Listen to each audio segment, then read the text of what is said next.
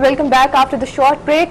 जिन लोगों ने हमें अभी भी ज्वाइन किया उनको मैं बताते चलूं कि अपने वीजा रिलेटेड इश्यूज या क्वेश्चंस हमें लाइव कॉल कर सकते हैं 042-363-09048 या फिर आप हमें ईमेल कर सकते हैं @visaguide@kohinoor.tv या फिर आप हमें हमारे फेसबुक पेज पे जो है मैसेज ड्रॉप कर सकते हैं और हम कोशिश करेंगे कि आपकी क्वेरीज का इंस्टेंटली आपको रिप्लाई किया जाए।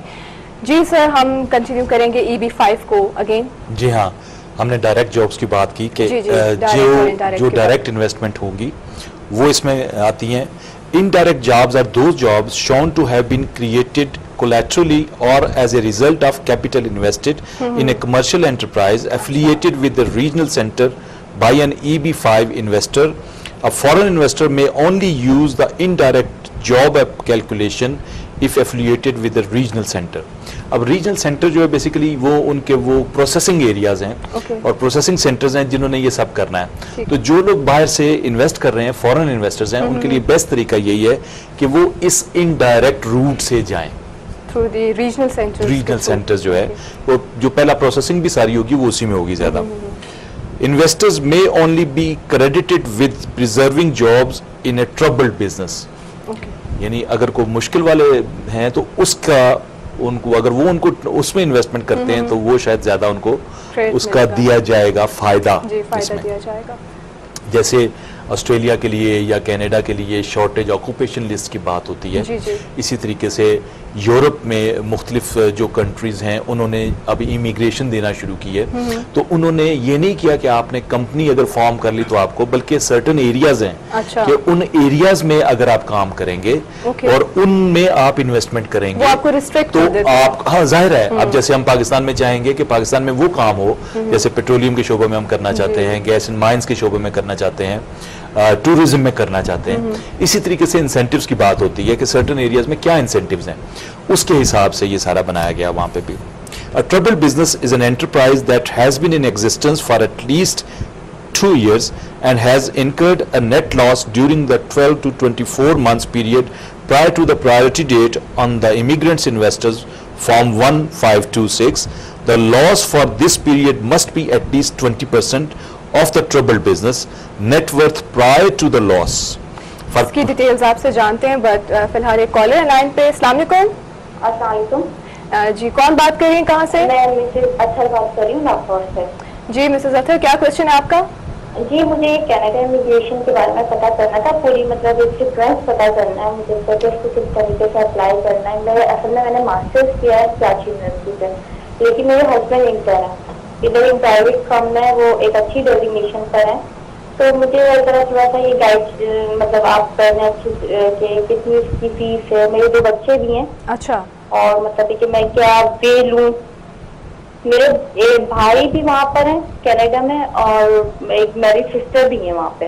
अच्छा। तो ये क्या आइल्स के हवाले से मैंने पूछना था, फीस के हवाले से भी मैंने पूछना था, और ये है कि मेरे हस्बैंड जो इंटर है उनको मतलब कुछ आगे कोर्स वगैरह करना पड़ेगा या ऐसे भी मेरा हो सकता है इमिग्रेशन कनाडा में, कैनेडियन इमिग्रेशन के बारे में।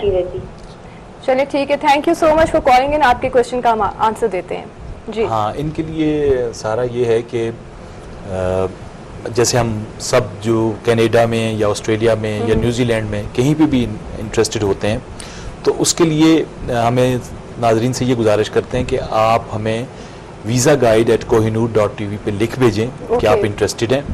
हम आपको एक असेसमेंट फॉर्म भिजवाएंगे।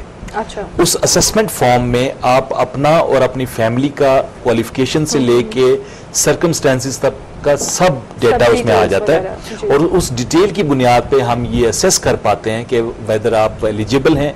अगर आप एलिजिबल नहीं हैं तो आपको क्या करना चाहिए कि आप उसके लिए एलिजिबिलिटी में आ जाएं। जी मिसेस अथर, अगर आप अपने क्वेश्चन का रिप्लाई चाहती हैं या कनाडा जाना चाहती हैं तो आप हमें ईमेल कर सकती हैं visaguide@kohinoor.tv। एक असेसमेंट फॉर्म आपको भेजा जाएगा, आपको वो फिल करना होगा, उसके बाद आगे जो भी डिसीजन होगा वो असेसमेंट फॉर्म पे ही डिपेंड करता है, उसी की बुनियाद पे होगा।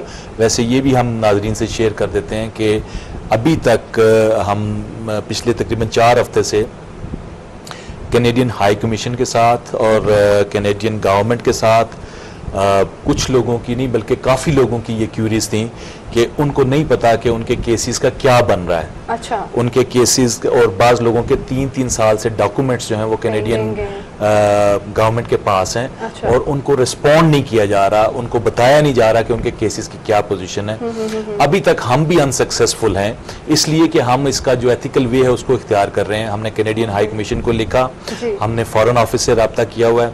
अब जो नेक्स्ट स्टेप है, अब हम लोग कैनेडियन गवर्नमेंट को और कैनेडियन मिनिस्टर को लिखने जा रहे हैं इस मौजू पे कि इसके सिलसिले में जाहिर है लोगों ने, हाँ जी, क्योंकि इससे बहुत ज्यादा सारा फर्क पड़ता है इस बात पे कि आप अपने डॉक्यूमेंट्स दे के बैठे हुए कुछ भी नहीं कर रहे हैं और इंतजार कर रहे हैं इमिग्रेशन का, और वो बहुत मुश्किल होता है मुश्किल इंतजार होता है, करना। बिल्कुल। हमारे साथ एक कॉलर है लाइन पे। हेलो, अस्सलाम वालेकुम। वालेकुम सलाम जी, कौन बात कर रहे हैं, कहाँ से? अवैस बोल रहा हूँ गुजरांवाला से। जी अवैस, क्या क्वेश्चन है आपका वीजा से रिलेटेड? मेरा ये क्वेश्चन है कि मेरी सिस्टर हैं तो उनके हस्बैंड हैं यूके, अच्छा, तो वो वहाँ जाना चाहती हैं, तो वो हमने उनकी साइट से पढ़ा है कि उन्होंने कोई लैंग्वेज कोर्स भी मतलब अब कर दिया स्पाउस वीजे के लिए। जी, तो मुझे सर से ये पूछना है कि वो जो लैंग्वेज कोर्स है या कोई करना है, वो उनका कोई मुंतखब अदारा है कि वो जहाँ से मर्जी करके उसका क्या तरीका था? जी बेसिकली बहुत शुक्रिया, मैं कोर्स बताता के हूँ अभी बाद। आपको। ये जो knowledge of English language test है, अब दो तरह के टेस्ट हैं। एक तो ये है कि जो आप अगर एकेडमिकली या आप बिजनेस के लिए जा रहे हैं तो इन पोजीशंस में आपको करना पड़ता है आइल्ट्स, लेकिन अगर आप वहां पे रहने के लिए, सेटलमेंट के लिए जा रहे हैं डिपेंडेंट के तौर पे, of English knowledge of English test है। ये लास्ट टाइम भी हमने डिस्कस किया जी। था कि वहाँ पे जो मीडियम है लैंग्वेज जो है वो आपके लिए फेमिलियर होना बहुत जरूरी है जी, ताकि आप बहुत वहाँ पे जरूरी है। सर्वाइव कर सको ऑब्वियसली। बिल्कुल बिल्कुल होता है। और ये टेस्ट जो है ये उनको वेबसाइट से एड्रेसेस मिल जाएंगे कि कहाँ कहाँ से हो रहा है इस वक्त, ओके। और उसको लेके उनको ये टेस्ट जरूर शामिल करना पड़ेगा साथ के साथ, तभी उनके हो तभी सके। इस क्राइटेरिया पे आ सकती हैं आ कि सके। वहाँ पे जा सकें। इसको हम फर्दर डिस्कस करते हैं, लेकिन फिलहाल वक्त हुआ एक ब्रेक का। ब्रेक के बाद इसको फर्दर जी, डिस्कस no करेंगे। Stay tuned.